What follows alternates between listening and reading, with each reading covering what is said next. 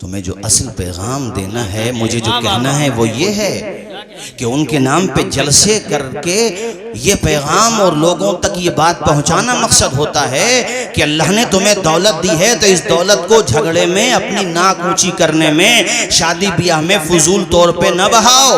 अल्लाह ने तुम्हें ये दौलत दी है तो इस दौलत के जरिए यतीमों का सहारा बन जाओ, बेवाओं का सहारा बन जाओ। ज़ैनुल आबिदीन के वालिद इमाम हुसैन कहते हैं, गरीबों से मोहब्बत करो, क़यामत के दिन ये गरीब तुम्हारे काम आ जाएंगे, अल्लाह के यहाँ इनका रुतबा बुलंद होगा।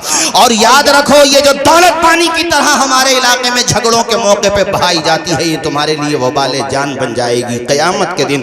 तब तक कोई नहीं हट पाएगा जब तक 5 सवालों का जवाब अल्लाह की बारगाह में नहीं दे देगा। रब फरमाएगा, बताओ तूने दौलत कमाई कहां से और उठाई कहां, इस बात का जवाब दे। तूने अपनी जवानी का दौर कैसे गुजारा, तूने अपनी उम्र कैसे गुजारी। अब बताओ, वो लोग जो अपनी दौलतों को पानी की तरह झगड़ों में बहा देते हैं, एक बंदे की लड़ाई पूरे ग्रुप में घुमा देते हैं। वो मेरे भाइयों, एक बंदा एक पार्टी का, दूसरा बंदा दूसरी पार्टी का आपस में लड़ गए तो दोनों को बुला के उनमें इत्तेफाक कराओ। बाद में भी तो लाठियां खा के तुम इत्तेफाक ही करते हो, बाद में भी तो डंडे खा करके इत्तेफाक करते हो। इसलिए बेहतर यह है पहले ही इत्तेफाक कर लो। अपने भाई की थोड़ी सी गाली गलौज है, बर्दाश्त कर लो, उसको समझा दो। यार ज़ैनुल आबिदीन के बारे में कारी यूसुफ साहब सुनिए, एक आदमी ने आकर के शिकायत की कि फला बंदा आपकी बहुत बुराई करता है, गीबत करता है। ये कौन है? नबी के नवासे का बेटा है ज़ैनुल आबिदीन, जिसने अपने माथे की आंखों से ऐसी कयामत सुगरा देखी है, जिसके पैरों में जंजीरें डाली गई, हाथों में हथकड़ियां डाल दी गई।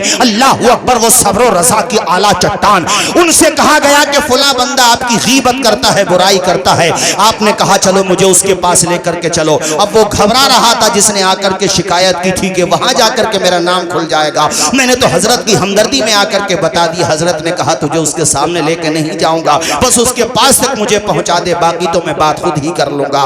करीब पहुंचे इमाम ज़ैनुल आबिदीन, आपने उससे कहा तू दूसरी तरफ चला जा। वो कहता है मैं करीब में कान लगा करके दीवार की आड़ से सुन रहा था क्या गुफ्तगू हो रही है। इमाम हुसैन के बेटे ज़ैनुल आबिदीन ने कहा कि भाई तुम जो हमारे बारे में कहते हो, अगर वो सच है तो अल्लाह मुझे माफ कर दे, और अगर तुम जो हमारे बारे में कहते हो वो सच नहीं है तो खुदा तुझे माफ कर दे। अल्लाह अकबर कबीरा, जरा अंदाजा तो लगाओ, इनकी शान तो देखो, इनका मकाम और मर्तबा तो देखो।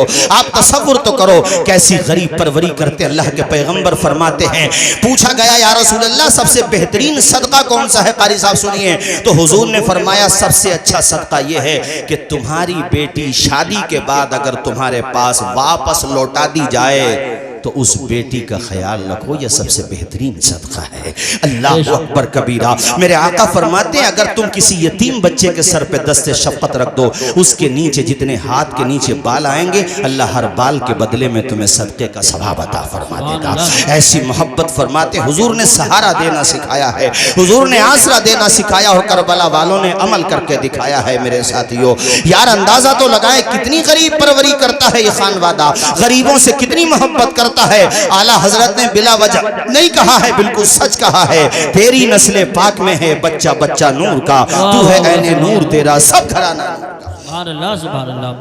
हजरत, अल्लाह ने दौलत दी है, उसका हक अदा करो। कयामत में पूछा जाएगा। छोटी छोटी बातों पे झगड़े न करो, आपस में मन मुटाव न करो। हालात अच्छे नहीं है, बच्चों को पढ़ाओ, अपने बच्चों को आगे बढ़ाओ। कारी साहब भी थे, मैं भी थे, हम लोग सैफ नहीं गए। अपने मुफ्ती आजम का एक नवासा माशाल्लाह प्रोफेसर बना, पढ़ा, मेहनत की उसने।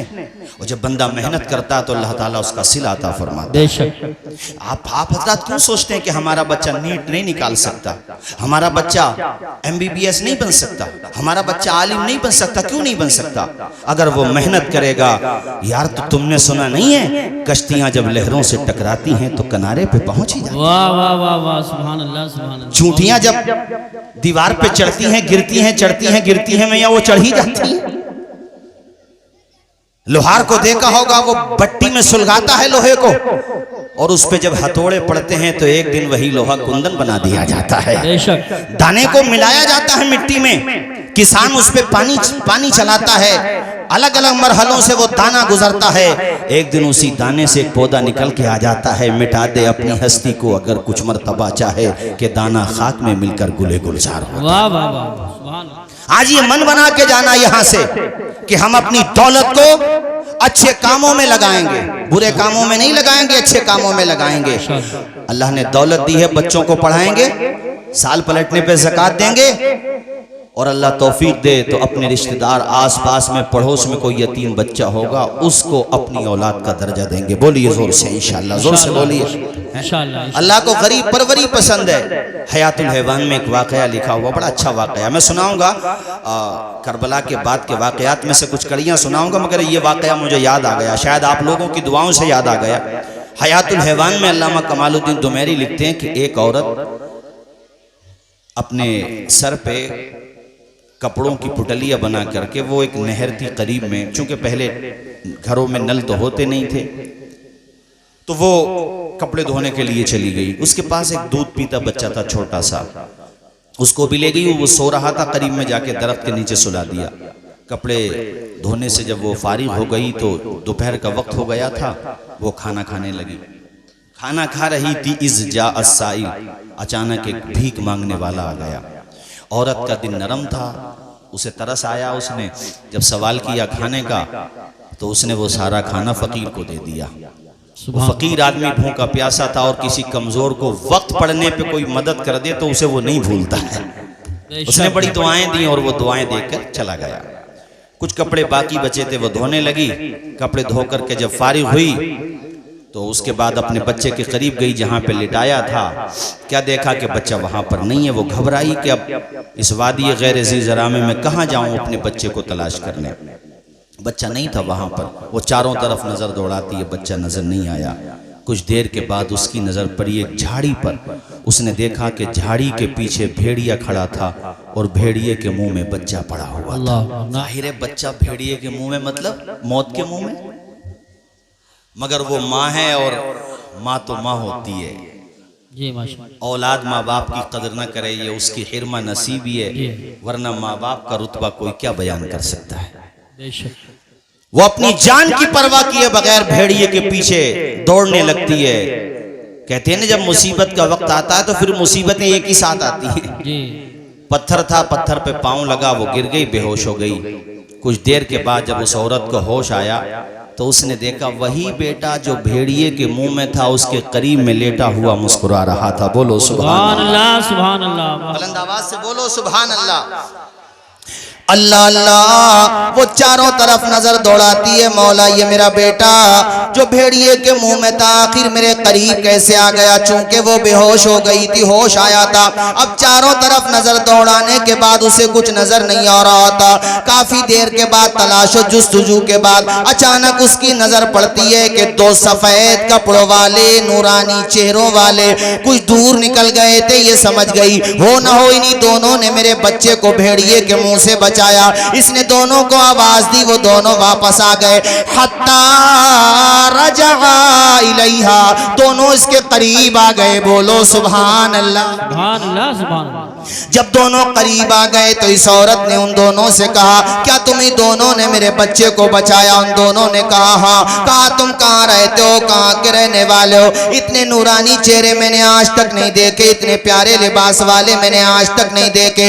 ये बार बार रोती जाती है, खुशी में अपने दिल की बात कहती जाती है। यहाँ तक के दोनों ने कहा काला नहनु मलकान, वो दोनों कहते हम दोनों जमीन के रहने वाले नहीं बल्कि हम तो आसमान से आए हैं। बोलो सुभान अल्लाह, हम अल्लाह के फरिश्ते, अल्लाह ताला ने हमें भेजा है।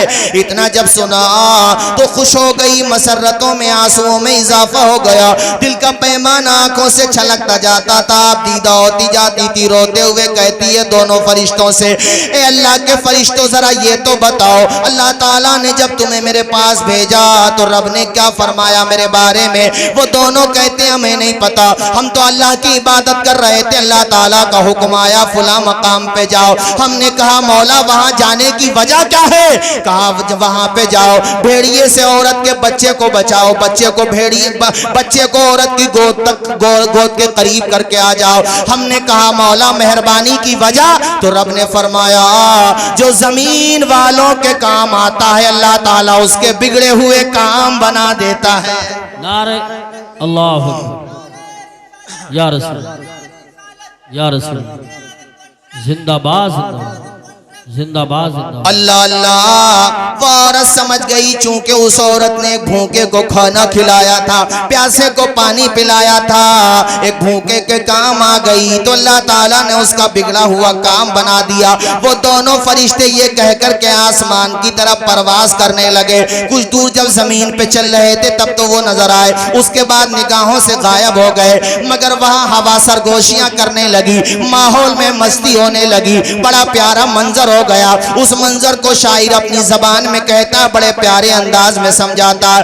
गोया कि वो दोनों फरिश्ते जब आसमान की तरफ जा रहे थे तो कोई कहने वाला कह रहा था, कदम कदम पे सितारे उतर के आएंगे, तेरे नसीब में तारे उतर के आएंगे, कदम कदम पे सितारे उतर के आएंगे, तेरे नसीब में तारे उतर के आएंगे। सहारा बन के निकल घर से बेसहारों का,